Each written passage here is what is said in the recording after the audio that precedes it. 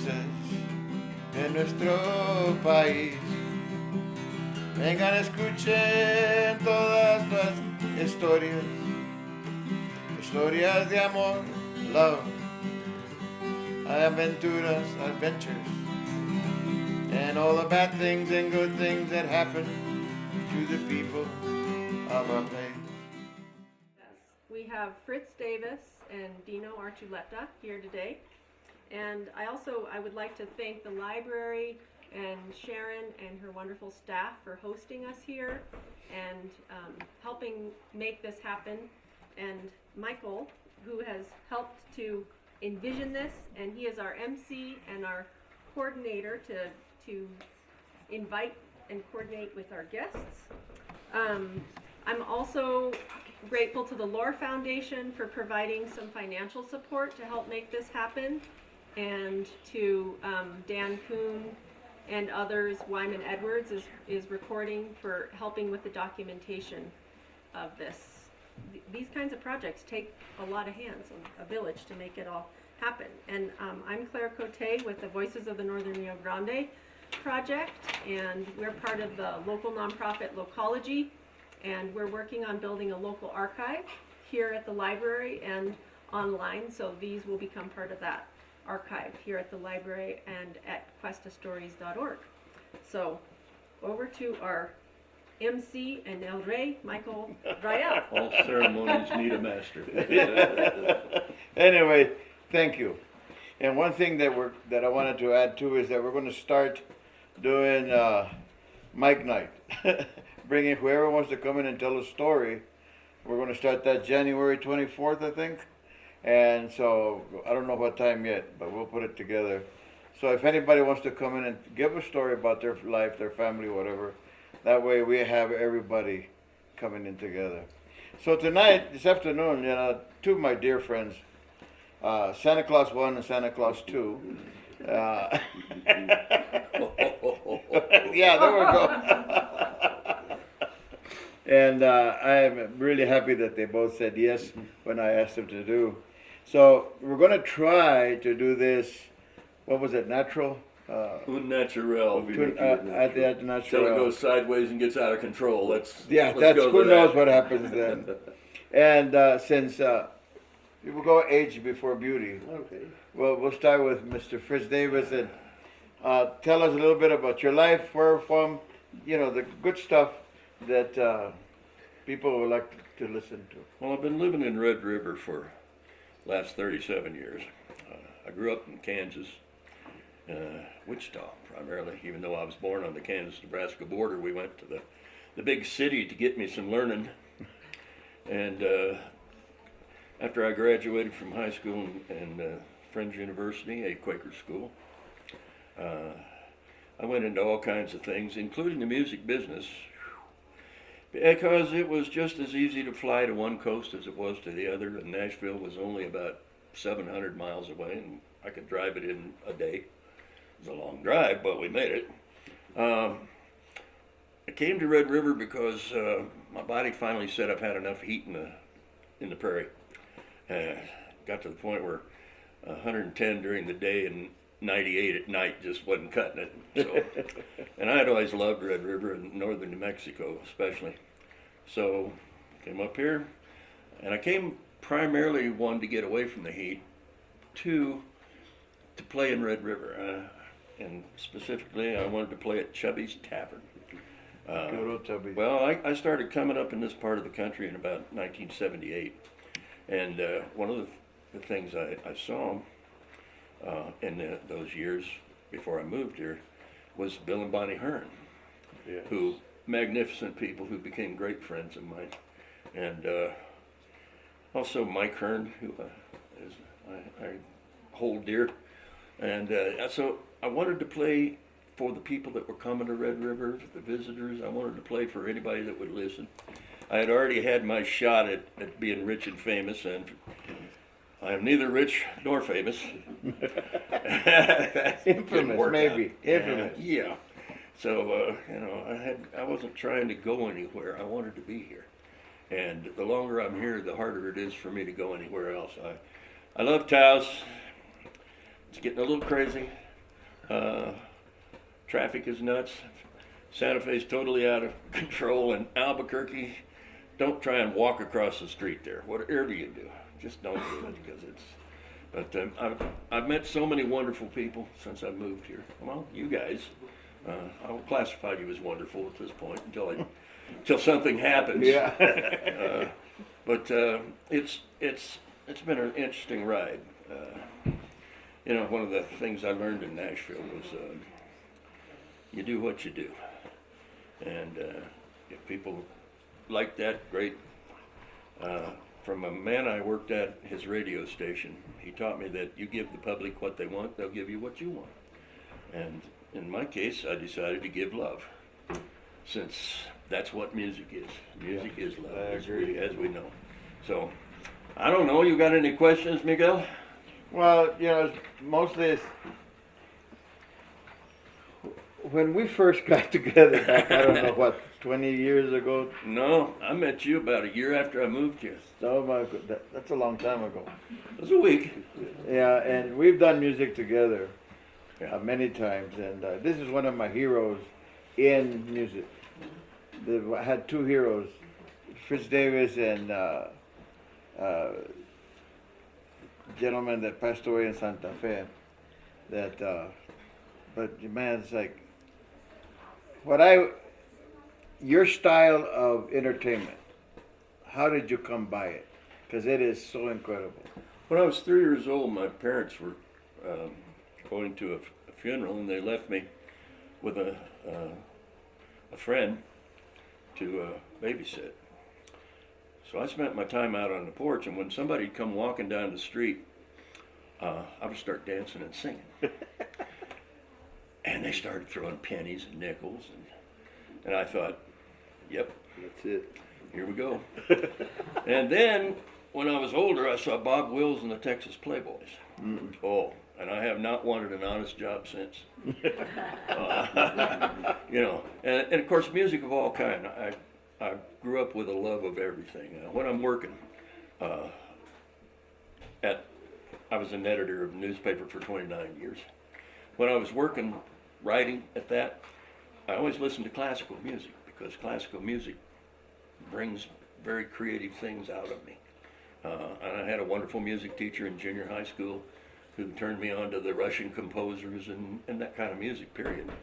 And that just opened me up to all music, which actually my uncle had a radio show in Topeka, Kansas when he was probably 20 years old, before World War II.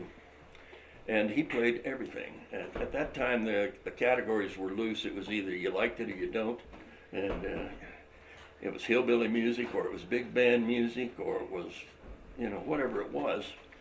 There weren't really good labels like they've come up with now. I had a record exec in Nashville tell me one time, he said, the only reason we have labels is so we can put them on things and people can walk in the store and they don't have to think about it. They go, oh, I'm buying country, I'm buying rock and roll, I'm buying the blues, I'm buying whatever. That's the only reason labels exist. Right. And to this day, that's true. So I have always enjoyed all kinds of music, and that is reflected in what I play and the way I play it. I have great respect for those people who also do it for the right reason. And the right reason is not getting rich and famous. We already touched on that. It's the love and being able to share that with everybody around. Dino and I have talked, and I mean, he knows what I'm saying because he's in the same place. Yeah. Now, don't misunderstand. We like it when we get money. Okay? Yeah. We like that, but that's not the reason we're there. You know. Well, one story I have to tell, and the gentleman that it affects is here. We were in Walsenburg. You and I went to play, and you did On the Raton. And it was so incredible. It brought tears to a friend of ours. Because that's the first time he's heard it, you do it, but it would touch him so much. And this is, when you do some of the songs like Silver Wings, to me, you do the greatest version of Silver Wings ever. Period. There's not even a question about that. So, you've touched so many people with your songs and how you do your song. your emotion behind each song is something that I am still trying to learn to do some of those. You do a pretty good job of it, Michael.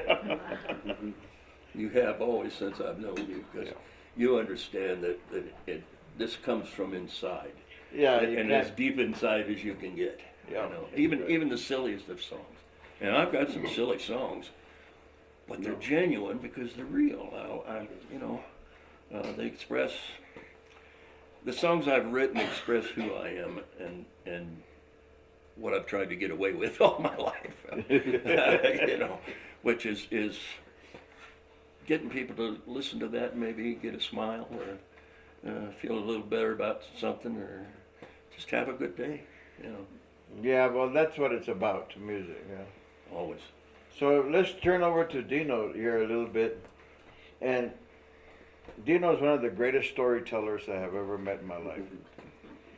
And because we went through some bad times now of this pandemic, I'm going to ask you to start with your grandfather's story of the Spanish flu that you talk about. You told that story before.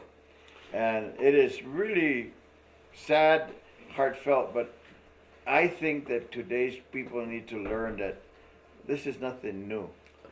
Well, yeah, dying is nothing new, right? Well, we were kids, I was just, I don't know, 4 or 5 years old. Let me get past this choke up. I thought this was going to be a fun thing, Mike. Yeah. You know me. But anyway, we've been through this pandemic.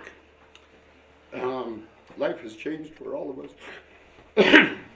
We've become a lot closer and a lot more distant at the same time. But we're lucky, at the last century, the last pandemic we had, the Spanish influenza, my grandfather was just a teenager when that happened. And we were sitting at the table one day having lunch or breakfast. We were just kids, and he started telling us the story of the Spanish influenza, and all of a sudden the communities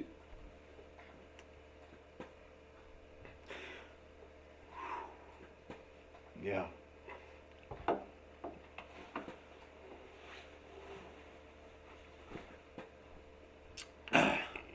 Anyway, back then technology wasn't around. You couldn't just get on YouTube or Facebook and see what's coming.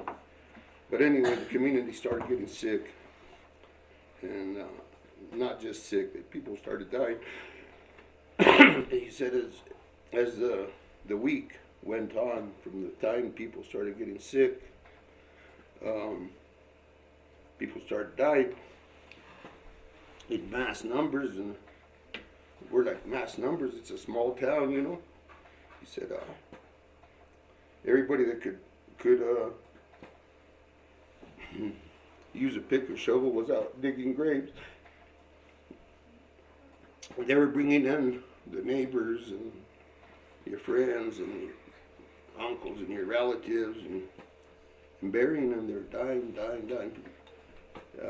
Every day that they came out to dig graves, there was less of them and more dead, to the point where they couldn't dig enough graves in the day to bury the dead that were coming in. And so they had to start burning the bodies at night. And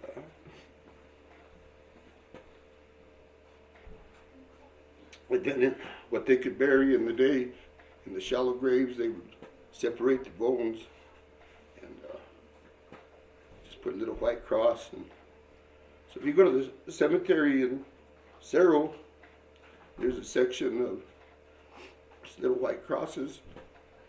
And, who knows how many perished? Somebody knows, but I don't know. But the bottom line was that every day there was less and less people digging graves and more people dying. And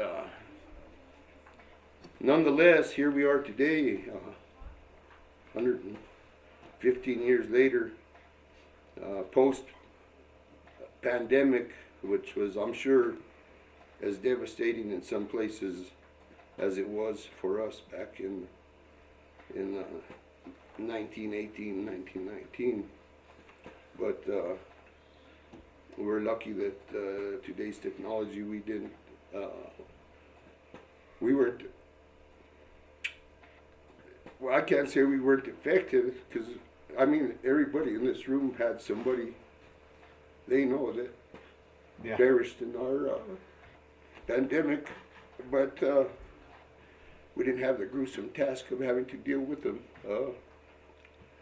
Personally, burying your loved ones or burning them, dealing with that. Apparently it was pretty devastating, because just for me to bring this out is devastating to me. Yeah. And this is why 50 years or 55 years later, after I heard the story, it was in the back of my mind forever, probably, or subconsciously, but it came to fruition when we had a gathering out post-pandemic. Yeah. And here we were having a potluck, and I thought to myself, Mike and I were doing music and going to have a jolly old time post-pandemic, and I was sitting there, the story of the flying saucer that crashed on I-25 while I was coming down the road came to mind, and I thought, that's a funny story, and the situation today is not a funny one, So I thought, I want to pull this one out of the bag and put a crunch in the party here right before we drink that rice wine, But anyway, that was a devastating story that was true to a lot of people in our community. And like I say, we still survived it. There's still the same Gallegos and the same Salazar people, the same Raels, the same people that were here then, the Quintanas, the Mascareñas, the Davises, the people that were our community then are still our community now today. Because we're a strong people as the human race.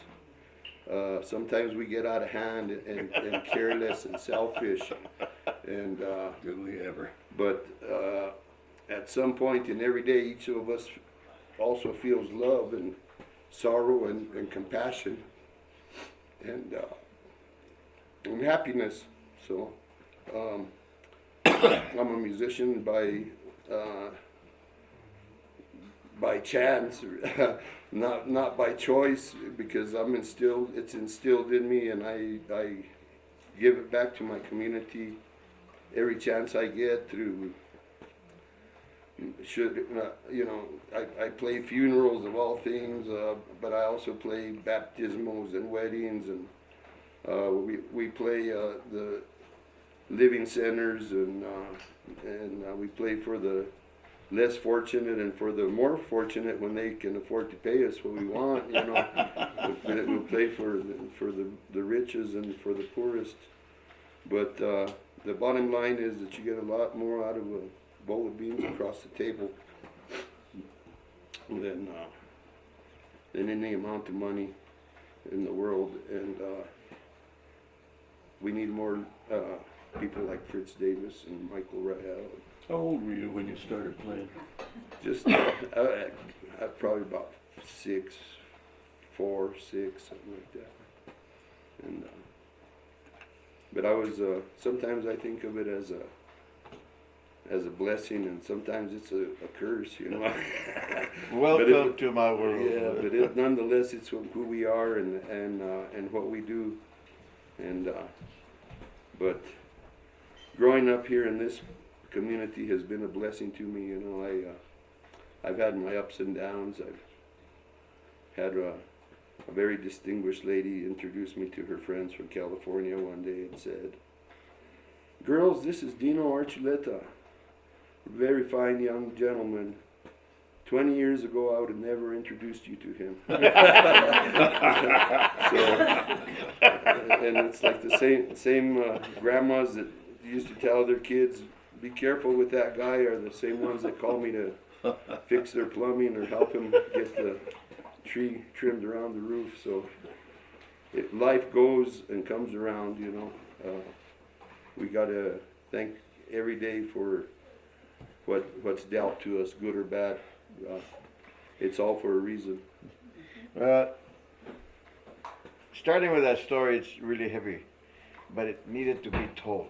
This is my feeling. This is why I wanted to do this kind of stuff, to hear this stuff, because we're losing so much. I mean, what 1 month here we lost 11 people, and it's like, orale, you know. So, but you started on another one. You gotta tell them your flying saucer story. Yeah. Yeah. Yeah, definitely. Well, so I'm coming from Albuquerque one day, and I'm getting into Santa Fe, and the evening sun's hitting, and out of nowhere I see this flying saucer comes flying through the shadows of the sun, and it startles me, this big old disc coming across, and it crash lands right before the road, rail runner. Yeah. Right in that area, a big old cloud of dust comes up, and it flies up, and about that time, this gorilla comes flying next by me, standing next to a burro under a saguaro cactus, going like this, flying down the road, and the phone's ringing, and I answered, and it's my brother, and he says, "Hey, what's going on, brother?" I said, "I don't know, I just seen a flying saucer crash. A gorilla and a burro just passed me, holding on to a cactus. The sun's hitting me in the eyes." He said, "I want some of whatever you're having," he told me. Well, it turned out that the Ford pickup going the other way had lost its hubcap, and the shadow made it look so big, you know, and it crashed. And about that time, this van passed with the trailer full of sculptures in the back going like that. So at the end of the trip, I pulled over into Santa Fe, and I thought, wow, I don't know how I'm going to tell anybody this story without them saying I'm on something. But anyways, that's what happened, and I was sticking to it.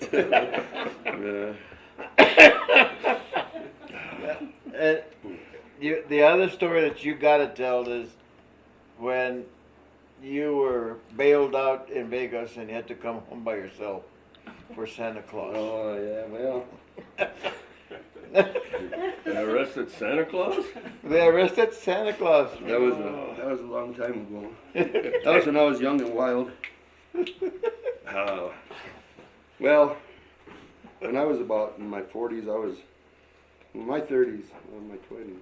Anyway, I was pretty rough growing up. Just remember statute of limitations. I might have to. I'm going to change all the names Always. to protect the guilty. Yeah. But back in the day, you know, Fritz here labeled me one time in the Red River Miner. High country legend is back in town. So, anyway, with that said, I spent time in jail. I spent time in, you know, I was pretty rough when I was growing up. You've lived through it. And Young and wild are synonymous. yeah, so I had been in jail for a while, and it was Christmas Eve, and we had all saved our fruit salad and bread, and we were making some hooch under the bed to celebrate Christmas. And, Christmas Eve in the morning, the guard comes in and says, "Archuleta, pack it up." And everybody comes out of their cells and says, "What's going on? Nobody gets out on Christmas Eve." He said, you got about 15 minutes and everybody's going home, so if you're going, let's go. So I've been in jail for about 3 months. All I had was jail clothes and nothing else. So they put me through the lost and found. I had a broken foot. I was a mess. Yeah. So they threw me out in Las Vegas. Sandoval County Jail is 5 miles out of Las Vegas on Christmas Eve. I got one shoe and a cast and a Bible and all my medical records and a shirt that's a little too small. Yeah. And I'm walking down the road. I couldn't get a hold of nobody. My cousin Norman, I got a hold of Norman. Well, I'm on my way. He said, I'll meet you where I meet you. So I'm walking to Las Vegas, and some lady picked me up, gave me a ride to the other end of town, make sure I didn't hang out there. I'm walking. Finally, this guy picks me up. He's a preacher, and he's going to do his sermon, Christmas Mass in Angel Fire. He gives me a ride all the way to Moran. He tells me, I see you got a Bible there. He says, well, looks like you've been reading it pretty well, pretty worn. I said, yeah, I've been in jail. Saw a story. He said, well, I bet you haven't read the one Romans something 12, so Gideon's soldiers, about the not everybody drank water out of the river, slurped it.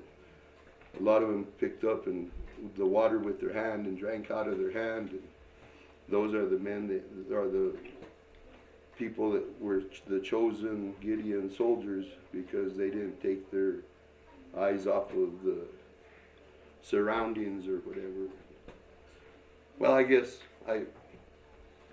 apparently he thought I was one of them, but I took my eyes off the surroundings, and somewhere in the story where we were talking, Norman passed by my ride. We got to Mora, and he pulls into the alleyway there that goes to Angel Fire through Guadalupita. That's where the alpacas run scared and the women run wild.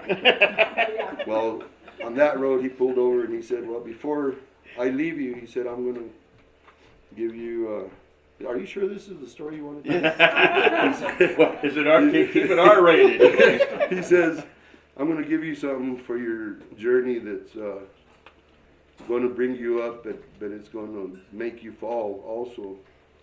And he said, I'm going to give you a bookmarker for your Bible. And he gave me a $20 bill and dropped me off. And so I get back to the main road and go to the Allsups, and I'm sitting there and I'm looking around, and I walk in and I get me a hot link and Slits malt liquor, and I go back outside. I'm waiting for the ride to come by, no ride, and there's some guys across the street selling Christmas trees, and I eat my hot dog and drink my beer, and 4 months in jail, the Slits malt liquor, I'm sitting there, yeah.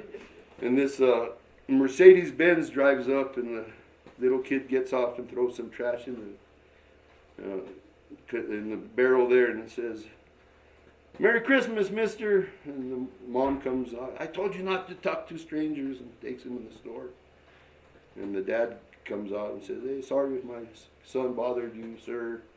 I must have looked a fright by then, Oh, no, don't worry about it, I'm telling. He says, can we offer you a ride somewhere? It's Christmas Eve. I said, no, I'm waiting for my ride. I just got out of jail in Las Vegas. Well, we're headed to Las Vegas. I said, no, I'm Going the other way. I'm going to a little town, to Cerro. I said, I'm waiting for a ride to Cerro. He said, Cerro? My wife's family is from Cerro. So he said, they're Archuleta. And I said, well, I'm Archuleta, and I'm from Cerro. He said, no way. I said, yeah. He said, well, do you know a fella, Archuleta? I said, yeah, that's my cousin. They live across the street. No way. I said, yeah. And we're talking, and the lady comes back out, and he said, honey, this is your cousin from Cerro. And she says, I told you not to be talking to strangers in her mind, but she said, oh yeah, or whatever, he's just an old drunk, I told you to. And he says, no, he knows all your family. And I said, yeah, I got my cousin Gilbert. She said, Gilbert, that's Baba. I said, Baba Lulu. And she said, did you tell him about it? He says, oh wow, do you really know him? I said, yeah, we're all cousins. And oh, I'm so sorry. So anyway, that was a family reunion in front of Allsups with the old drunk guy, your uncle. And so they drive off and give me a $50 bill. Anyway, so I'm sitting there and it's getting darker and the guys across the street throw the Christmas trees in the arroyo. You know, I guess it's tradition. If they don't sell by 7 o'clock, they're in the ditch. So I thought, this guy I know back in Cerro, Questa, probably didn't even get a tree for his kids. I better go get one for him. So I walked across. I'm in Mora, mind you. You know, walking home. I go across the street and drag a tree out of the ditch and go back standing by the ice machine. Finally, here comes my cousin Norman. Preen, where have you been? I went all the way to Las Vegas and back. I've been looking for you. I said, I've been waiting. I don't know. You're drunk. What's wrong with you? Oh, he scolded me all the way home. I said, well, I got to take this tree. Where are you going to take a Christmas tree? Well, if I go, the tree goes. So I got home anyway. The next day, I show up at the restaurant in Cerro. Come to find out that I said I was going to change the name, so Jackson Brown and Jackie Kelly A. for the Savalas, late Jackie. signed the petition to get me out of jail because I had been Santa Claus in Cerro for 18 years consecutively, and how could you have Santa Claus in jail? And apparently, well, they had little influence because they got me out of jail. But anyway, Bailed out Santa. I've never heard of that before. And so, well, I made it to Cerro. I was Santa Claus, and needless to say, everybody I ran into that Christmas was sad and crying because I had been in jail for all this time, and my parents had aged, and everybody around me had aged, and my house was falling apart, and that was about the time I seen the light and, came back to earth on my... That's when you came to see me with the suspended license. Yeah, my journey back to life, So I had to turn a new leaf. But anyway, that was my story of Santa Claus being released on Christmas Eve. Oh, that's a great story, though. Right? That's another one that should, has to be out there in the archives. Well, I'm amazed. I mean, you've got a wonderful library here, but I'm so surprised that you haven't had a museum before now, because the history of this community is spectacular. Yes. And it's disappearing, as we well know. As you, there was an article in a New York paper about the language. Yeah, our language. With its problems. Mm-hmm. These stories, like this, they need to be passed on. We've got books and we've got this and we've got modern ways to do it, but they still need to be passed on with the oral tradition. And this is a form of the oral tradition. Right. But, we can't let those stories drift off into the dusty corridors like so many times. In Red River, we've got big holes in our history. We've only been there 130 years. Of course, the valley is much older, and there's been a lot more history there. But there are so many holes in our history, and I'm a history buff. I was president of the Historical Society for years. And the thing is, the kids don't know this. Yeah. And all they know is what they know now, what they see, what they hear, or if they're lucky, they got a grandfather like Dino had. And I was lucky that way when I was a kid. I had a real great understanding of where I kind of came from and what was going on. And of course, later in years, you get really silly about that stuff and want to know more and find out things that you probably could have done without finding out. But not really, because it all comes up to who we are and what we are.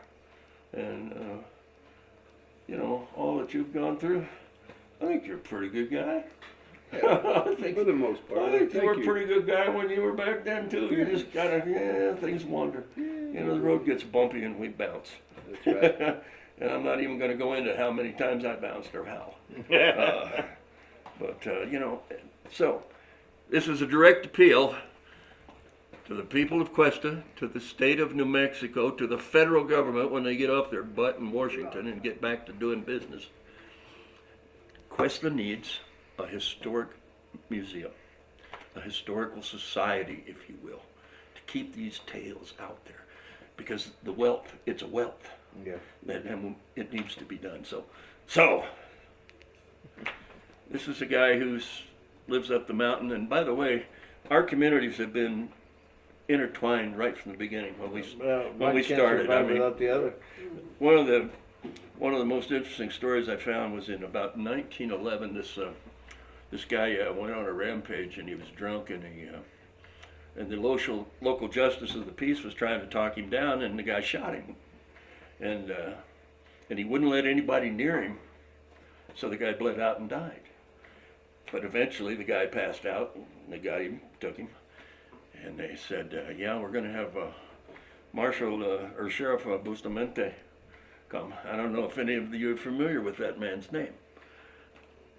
His name struck fear into the heart of the drunken killer, because Bustamante was known as a man of law, and the law was important, and no one was above it. Right from the beginning, our communities have just been interlocked, and you know, a lot of people don't want to see that, but now more than ever, we need to work together. We need to talk together. We need to.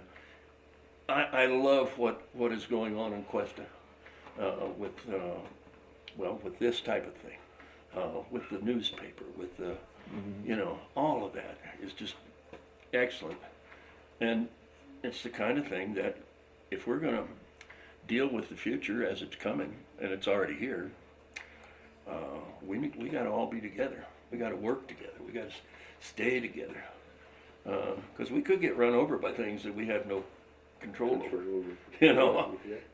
But I'm always an idiot because I'm always hopeful. Well, that's the only thing we got sometimes is hope. You're talking about stories that my great grandfather was a judge, and he had warrant out for a guy that ran up to Red River, and he holed up in a cabin, and every time they tried to go get him, he would shoot at the people, you know. So they came back to Questa and said, "What do we do, man?" It's like he goes to the back of his house, gets 3 sticks of dynamite. Why he has dynamite, I don't know. He says, just go put it behind, just go around the back and tell him, if you don't give up, you're going to light those sticks of dynamite. Well, he gave up right away. Because, you know, that's... Now, see, that's what a good peace officer does. Yeah. A good judge is a peace officer. Yeah. As you well know. Well, Did you get reelected this year? I already won. Okay. I went and voted. Well, it was unopposed, wasn't it? Yeah. Dino, you also have to tell the story about the bridge and the wild horses and your van. Uh-oh. Uh-oh. Well, This was back when? yeah, well, there's a few stories I wanted to touch on. That's one of them. Well, when we were young, you know, there was not much to do, which, I mean, small town, like they say in Cold Beer, New Mexico, not much happens, but you better be there when it does. But it does. And so we were out in the back roads, being kids, staying out of the social life, drinking some beer, smoking a little bit of pot, of course. And so we're out by the Lovatos Bridge, and first, if you guys know where Lovatos Bridge is, there's all them old train cars that are half buried out there in the middle of nowhere. And we're cruising by there, and all of a sudden all these it's like 101 Dalmatians come running out of the little carts there, you know, chasing us all the way down the road. And then we get down by the Lovatos Bridge, and there's a bunch of horses down there, wild horses. And the horses down by the river are painted horses. The ones here at the Wild Horse Mess are mostly red. Right. Anyway, so we're down there, and we're parked there, and just rolling a joint. And all of a sudden, all these horses start coming around the van. And I said, "Wow, they're really friendly." And I opened the window, and I roll down the window, and the horse comes up to the front window of the van and sticks his head in there, and I pet him on the head. And about that time, he reaches down for my marijuana, and I push away, and he reaches over and bites me on the chest. And I thought he had torn part of my chest off. And I smacked him on the nose, and he jumped up, and his head's inside my van, right? He's almost flipped the van over. Then all the horses proceed to start running around the van, kicking the van. They're attacking us. We're under attack by a bunch of wild horses. We got to start the van and hightail it out of there. Man, I had my whole chest was black and blue and yellow, and I thought you had torn part of my chest off. You thought you had something good to eat. Oh yeah, I did. But let me tell you, talking about bites. One time, I had 52,000 chickens back in the '90s, and out in Rocky Ford, Colorado. And so this friend of mine came over and said, "Dino, would you be interested in trading me a pig for a couple of boxes of eggs?"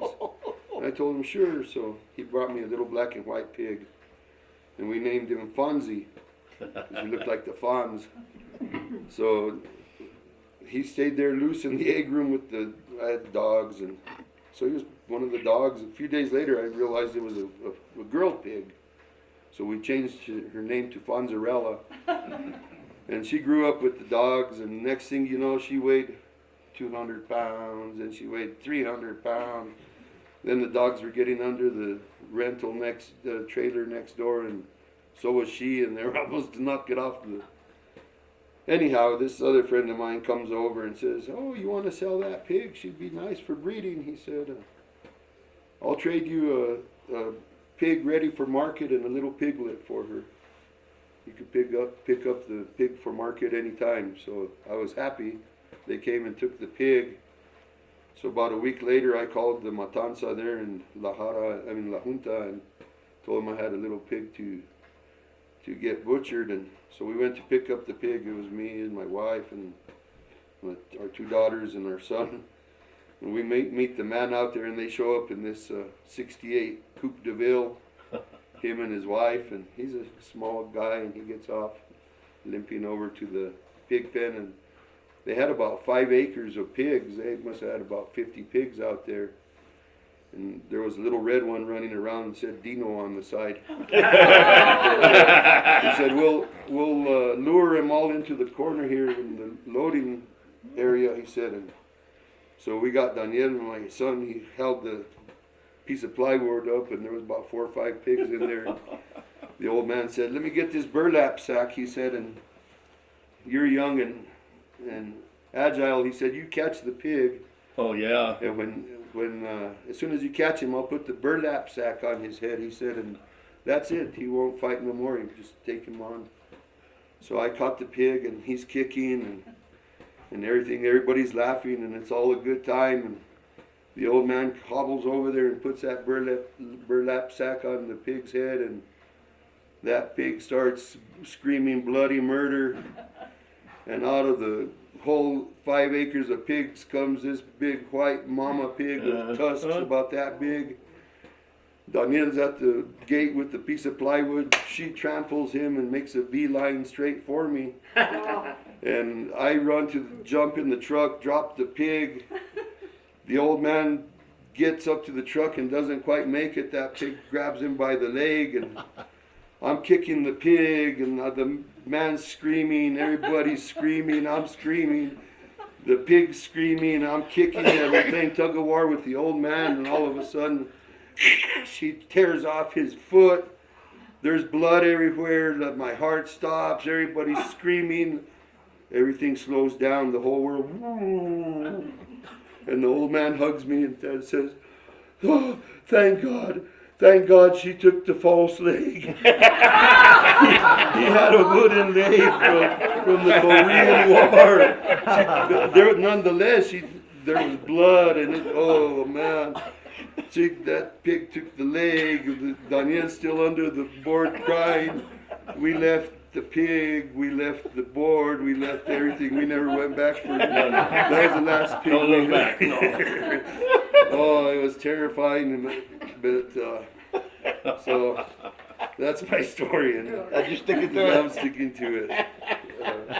My grandparents were pig farmers, and I had an encounter with a mama. They're mean. Well, Oh, don't get between a mama and their kid. yeah, Don't I'll do tell that. you. Yeah, we never went back for the pig or nothing. Well, plus he lied to you. Once you got the pig in the sack, they didn't just calm down. Yeah, No. that's started up the flame. Boy, but yeah, everybody's screaming, and then all of a sudden he said, "Oh, gracias, gracias, you know, que se llevó la postiza." Oh, man, that was a pretty scary moment. No kidding. Yeah. And you've got so many more. Why don't you regale us with one more story? Bigfoot. Huh? Bigfoot. Oh, Bigfoot. Oh, you got a Bigfoot story? Actually, I do. Funny you should mention that. No, it's a true story. We were doing some thinning, fire suppression up in RCCLA, and so all week the whole crew was like kind of eerie in that canyon. You know, we'd get up there in the morning, and we'd drive as far as we could. Then we had to hike in for about half an hour to where we were working, and there was always weird noises. And so we were up on the ridge. Once again, I was not going to mention no names. So Clyde and I were up on the ridge there, and we sat down, and there was a footprint. I'm not kidding. There must have been about 14, 16 inches long and about 8 inches wide, and it was kind of like a mush, like a big bear, but it looked more human than bearish. So you're looking for the next one is about 6 or 8 feet away is the next little weird print, half on the snow, and then there's a rock.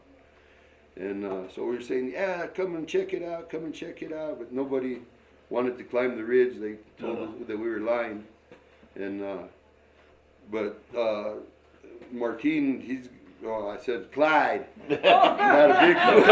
Clyde. Had a big foot, like 13, size 13, and he would put his foot his shoe in that footprint, and it was nothing compared to the print that was there. And so him and I swear that we seen the marks, and then the trees that were in the area.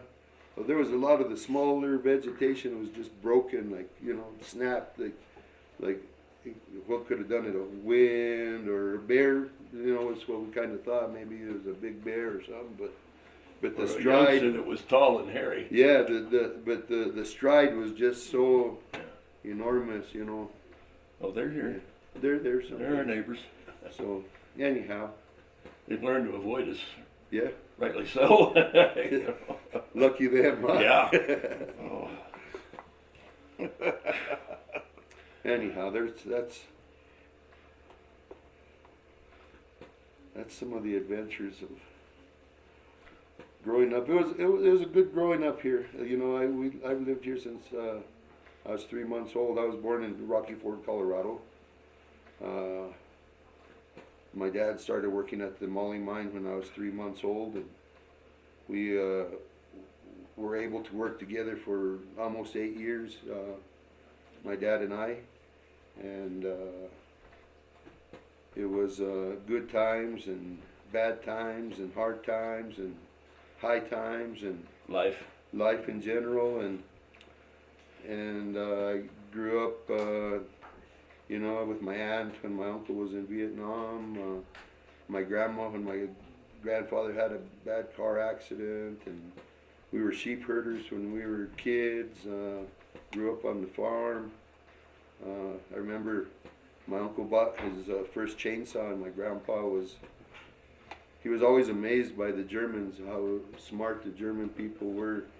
And he said, wow, look at that saw, don't have no respect for knots, you know. He was amazed with the chainsaw. I was just a young tyke then, I was in the 70s. But we grew up picking strawberries, 5 gallons at a time, and my grandma would make strawberry jelly for the restaurants up in Red River, selling by the gallons. And when I started working at the mine, I was always a wheeler dealer. She started packing the strawberry jelly in baby food jars, and I would sell it underground, black market. So we were quite the team, but had a good upbringing. Like I say, it takes a village to raise a kid, and it takes a kid to raise a village sometimes, you know. We grow up, last few years have lost both of my parents, and they took care of us as we were growing up, and we took care of them as they were going out. So if you are lucky enough to live in the village you grew up in, you make the full circle of life.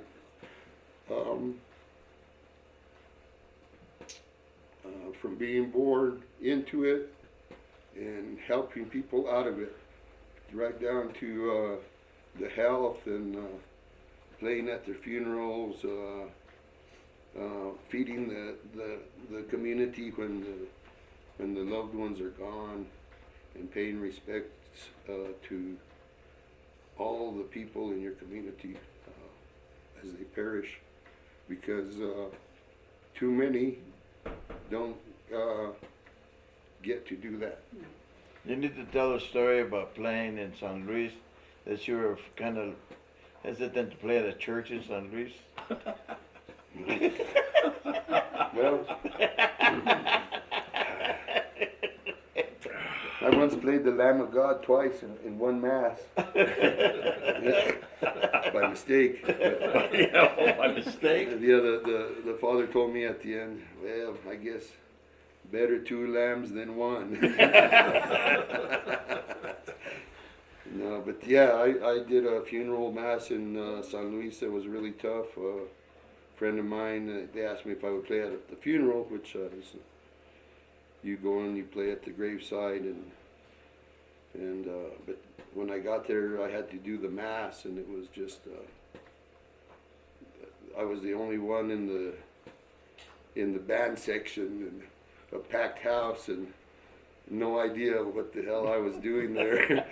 But I pulled it off somehow, and it was a success. You know, nobody threw rocks at me, and Or Bibles. and everybody said I did a good job. So, you know, it's when, like you say, Fritz, when music comes from the heart, you can't miss. Yeah. Can't miss. Can't miss. There's also the trick that you've known all your life, which is if you forgot the words or something happens, you just keep going, because nobody knows but you. Yeah. Unless it's so catastrophic that everybody says, "What was that? What happened?" Yeah. And they do. No, you just keep going. But that's the key to all of it. I learned we keep going, my friend. I learned early on when I'd pull out the guitar anywhere I was at, everybody would say, "Oh, play a song, one more," and then more. After a while they'd be saying, "No more, no more, please." They would ask for a solo. Solo, nobody can hear you. Yeah, Solo. nobody can hear you. That's right. Well, that's, Michael, yes. I'm Dino's sister, and one of Dino's earliest stories of playing impromptu in a church was with my tia Jean. Oh. Lived out that Well, my uncle, as I said, I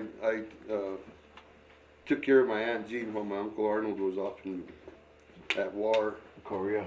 Yeah, and so I don't know. You know, I my family has never been per se very religious as far as you got to go to mass and this and that. But when my uncle was off at war, you know, my aunt was a regular at church, and so she took me with her, and everybody stood up and started singing, and she said, "Stand up, start singing," and I'm like, "What do I sing anything?" So I stood up on the pew and I started singing, Davy Crockett, king of the wild frontier. And she's, and then I say, "Stop pinching me." Well, that was the last time I had to go to church. After that, I had a babysitter on. Thank you for bringing that up. That's a great story. King of the wild frontier. Stop pinching me. Did you have a coonskin hat back then? No, but you know, one time at the Skylark, I walked in and nobody was around, so I looked at all the rifles, and I got home with a 30-06, and I never had an ass whooping that bad in my whole life since. I had to go and return the damn thing. And that was also at my Aunt Jean's. Yeah, I went to go buy bubble gum at the Skylark, and I walked out with the 30-06. Well, obviously they were free. Yeah, nobody was there. You know. Nobody was there. I said, "The heck with the bubble gum." I'm going to take me a rifle. Oh. Or my aunt, we used to have ridiculous parties when we were, you know, in our 20s, and we were having this big old bash. The cars were lined up and down the road, and the music was blaring, and my aunt comes in with her curlers and her fuzzy slippers and a 30-30, and everybody's hitting the door and the window, and she says, "Cabrones, I'm tired of all this party. Tonight I want to kill some son of a gun. I don't care if I go to jail." She'd put the bullet in the rifle and it'd fall out the other end. And I was telling her, "Tia, no, I'm going to kill someone. I'm tired of it." She'd put more bullets, and they were all, she was putting 22 shells in the 30-30. But everybody left. Yeah, They got the the message. party was over right then and there. Oh, that's.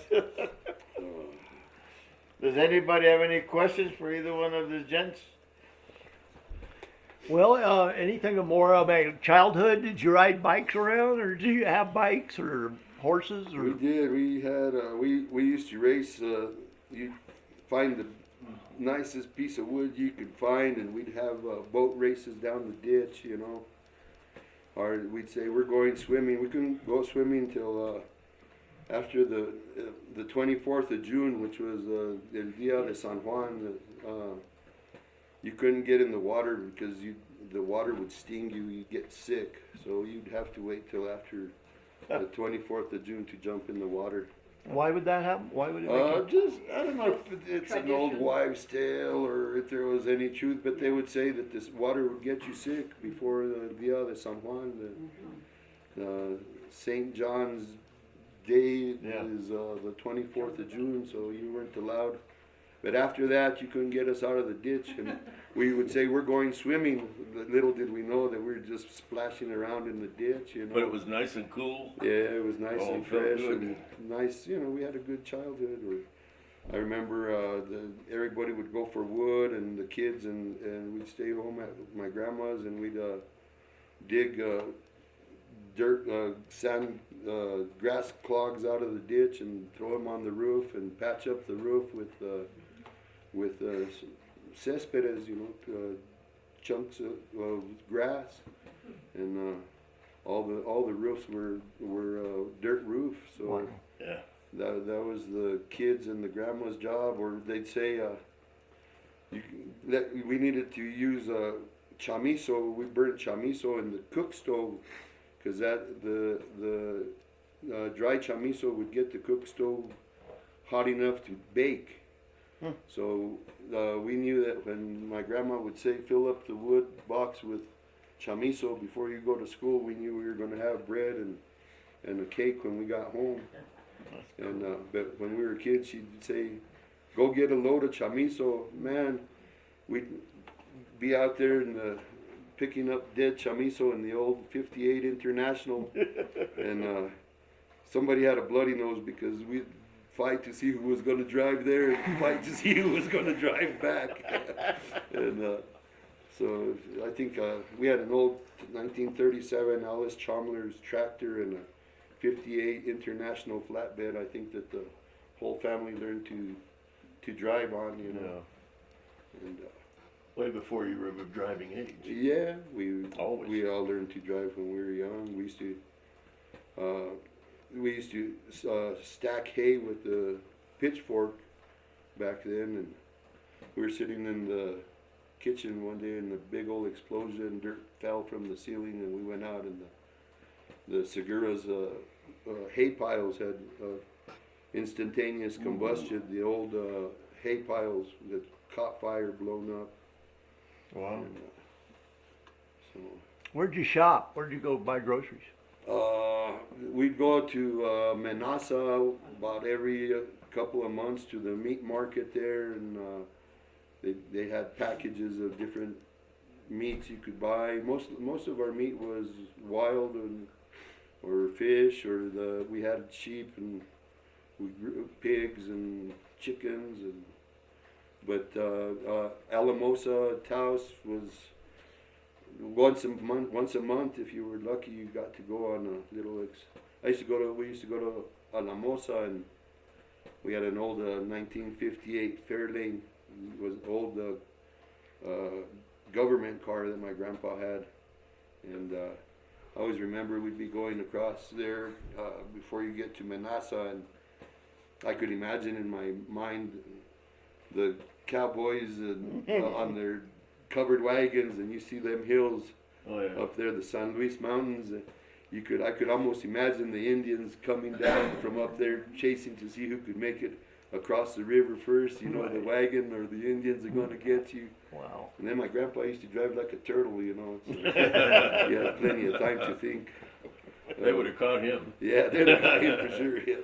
You know, he used to tell us stories that my grandpa was, he was a kind of a politician, kind of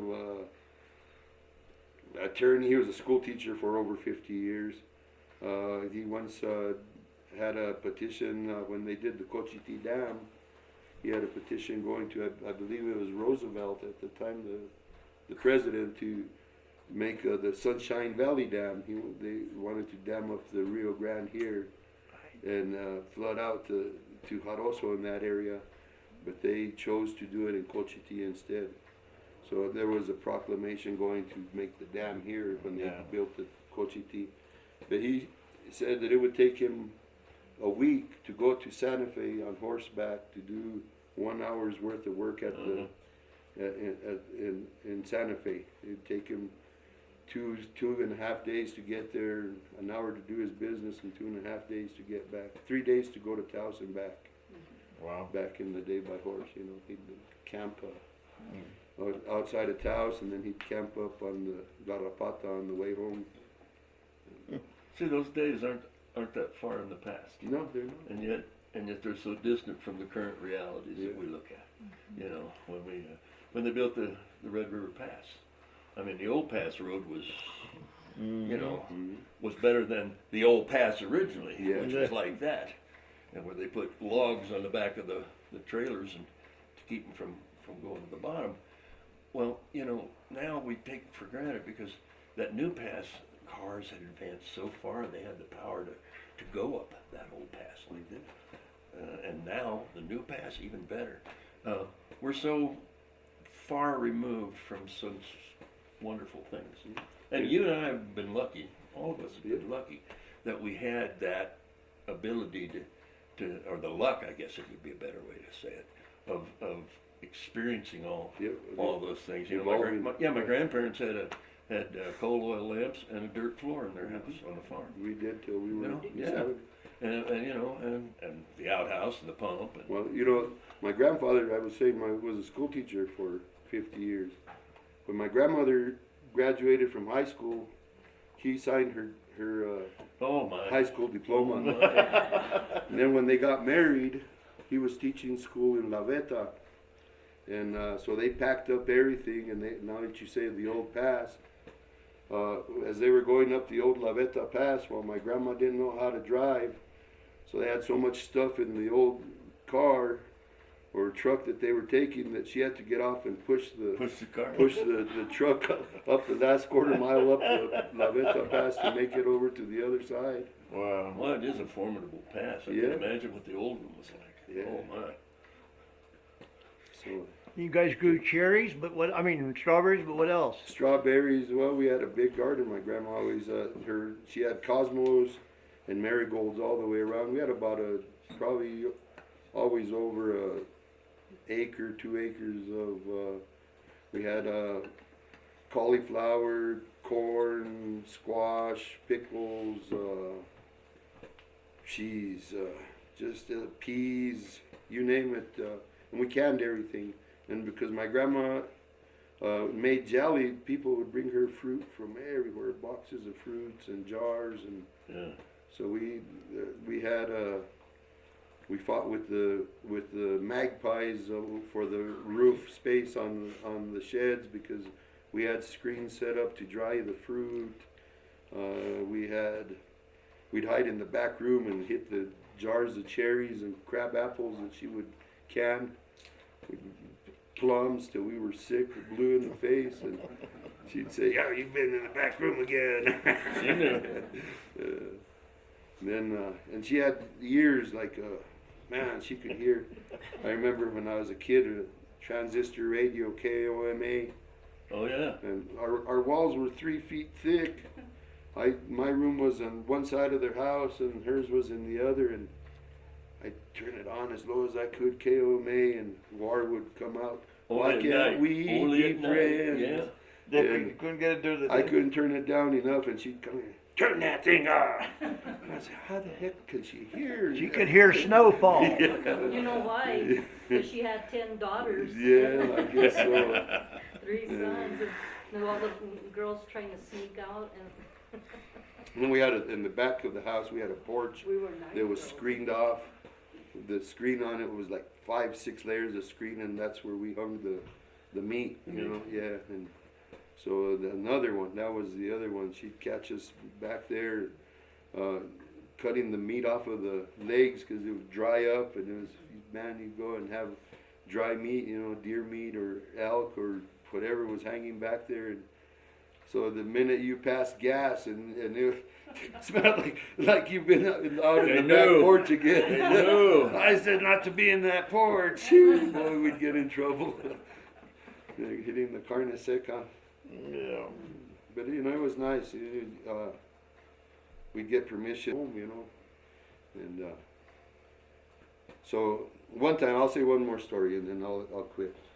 I worked the oil fields in Texas when I was about 17, 18, and then I got hired at the mine, so I moved back to Questa, and this friend of mine said, I got a job being a piano teacher in Colorado Springs. He said, I'm going to leave you in charge of the house, but you got to take care of the pig and pay the light bill. You could have the pig, he said.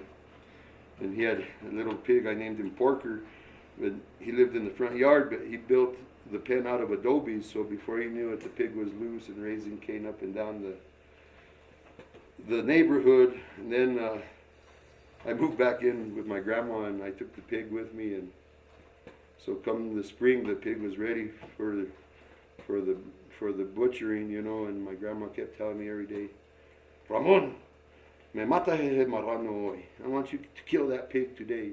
About a week went by, and oh, Grandma, I'm working graveyard this week, or, oh, I don't have no help, and I want you to kill that pig. He's going to be too big, you know. And so I came home one day in the morning from graveyard, and I opened the refrigerator, and I said, Grandma, there's no chili. She said, what am I going to make chili out of, wind? She said, by the time the sun goes down, pa cuando rae el sol, she said, By the time that sun goes down today, that pig better be dead or you're gonna go back and live with him in Questa again. So I had to contract my uncle and my neighbor and cousin Frank to come and help me butcher the pig. But You had no choice. no choice. He was a good old guy though. The pig? Yeah, Porker was his name. Dino, what was the name of your grandma and your grandpa? My grandma was Clorinda Gallegos and my grandpa's name was Hiblas Gallegos. They were pretty cool cats. Yeah. Do you have a lot of friends? I have more friends than enemies, that's for sure. Very few enemies, maybe one. But no, I have a lot of friends. There Yeah. are a lot of kids your age around. We ran amok when we were young. There was a great childhood. When you said about bicycles, they were working on Buena Vista Road. It used to be just an old trail. Mm-hmm. They had piles and piles of dirt on the side of the road up and down, and this was like in the early 70s. All our parents were working at the mine. Everybody had a new bike, and I had these old Schwinn's. I still have an old Schwinn that I had when I was a kid. And so they bought this. I had a Hiawatha 10-speed, and my sister Denise there, they bought her one of them little pink Stingrays with the banana seat, and I took it for a spin, and I got going as fast as I could from our house down to my grandma's, which is about a good over a quarter mile, as fast as I could, and I hit the biggest hill on the side of the road, and when I flew over the top, everybody had their bicycles in the circle. All the neighborhood, Vincent and Michael Ortega and Jimmy, and the whole neighborhood was there in a circle, and I came flying over the edge right into the bicycles, man, and I bounced, and the bike bounced, and I couldn't catch. That was the most spectacular jump anybody had ever seen. And I couldn't catch my breath. I could knock the wind out of me, but I was there standing there going. And you knew your sister was not going to be happy with what She you did to the she bike. wasn't when I took the bike over. The little fringes. But if she would have seen that fly, she'd have been proud of it. I remember old Michael Ortega was mad at me for a long time because I bent the rim on his bicycle. Probably with my ribs. Well, I want to thank you guys. I think they did a great job, and I want to thank all of you folks for being here. I want to remind you that we're going to do open mic on January 24th. Davis Cisneros and young lady be here next month. We got going, and if we have more people interested, please let us know, because if we need to do this twice a month, we'll do it 3 times, whatever it takes. You have listened to the stories. Vayan y digan a todos que vengan a escuchar las historias de nuestro país.